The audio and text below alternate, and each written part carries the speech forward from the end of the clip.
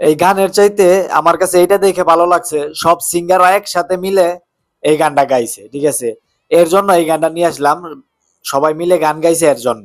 তো গানটা শুনবেন, গানটাও ভালো লাগবে, আর সব পছন্দের সিঙ্গার এই জায়গায় আছে, গানটা শোনেন।